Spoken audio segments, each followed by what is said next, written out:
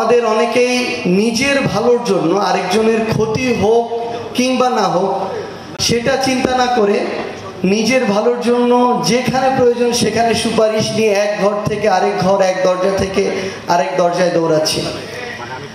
আমরা নিজেদের স্বার্থ নিয়ে এতটাই ব্যস্ত যে এখানে দেশের কি হলো, মানুষের কি হলো, এগুলো চিন্তা করার আমাদের সময় নেই। মাঝে মাঝে আসলে আমাদের নিজেদেরকে, আমাদের চারপাশে যারা আছে, এই সিস্টেমটি যাদেরকে দিয়ে চলছে, এদের অধিকাংশ মানুষকে এত বেশি স্বার্থপর মনে হয়, তখন মনে হয় যে এই যে এত এত মানুষ জীবন দিল, রক্ত দিল, এত পরিবারের এত হাহাকার, এগুলোর আসলে যে ফলটা প্রত্যাশা আমরা করছি, এই ফলটার দিকে আমরা যেতে পারবো কিনা। তারপর আসলে আমরা আমাদের জায়গা থেকে বিশ্বাস করি যে সৃষ্টিকর্তা অবশ্যই আমাদের জন্য চ্যালেঞ্জ যেমন রেখেছেন, এই চ্যালেঞ্জ থেকে উতরে যাওয়ার পথও রেখেছেন, যার উদাহরণ আসলে এই 2024-এর ছাত্র জনতার অভ্যুত্থান। আমরা আমাদের জায়গা থেকে নিরাশ নই, হতাশ হতে চাই না, বরং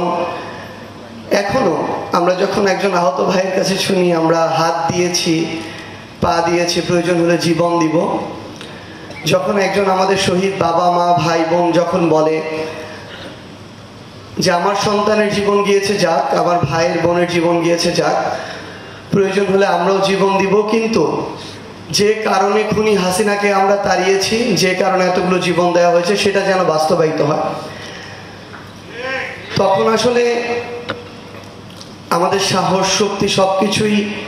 একটা অন্য মাত্রায় যায়। আমরা শুধু আপনাদেরকে আমাদের জায়গা থেকে এটুকু কথা দিতে পারি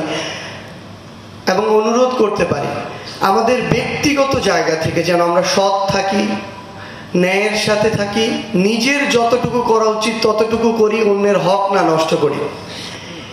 এই কাজগুলো যদি শুধু আমরা ব্যক্তিগত জায়গা থেকে করতে পারি, যেই বাংলাদেশের স্বপ্ন আমরা দেখছি, খুব দ্রুত সেই স্বপ্ন পূরণ করা সম্ভব।